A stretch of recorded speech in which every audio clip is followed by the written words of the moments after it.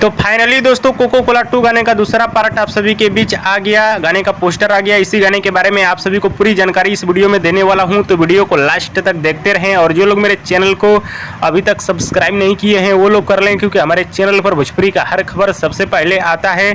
तो दोस्तों अभी कुछ देर पहले खेसारी लाल यादव के एक नए गाने के पोस्टर को रिलीज किया गया है, जिस गाने का नाम है पेप्सी। इस गाने को लिखे हैं कृष्णा बेदर्दी, गाने में संगीत दिए हैं आर्या शर्मा, गाने को गाए हैं भोजपुरी के दबंग स्टार खेसारी लाल यादव और शिल्पी राज ने।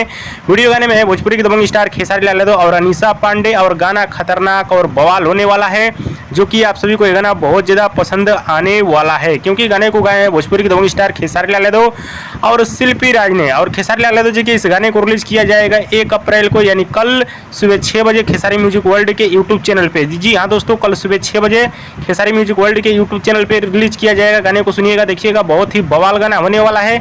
और थोड़ी देर में इस गाने का टीजर भी आ जाएगा खेसारी म्यूजिक वर्ल्ड से। हाँ तो दोस्तों, यह भोजपुरी के दबंग स्टार खेसारी लाल यादव का बवाल अपडेट।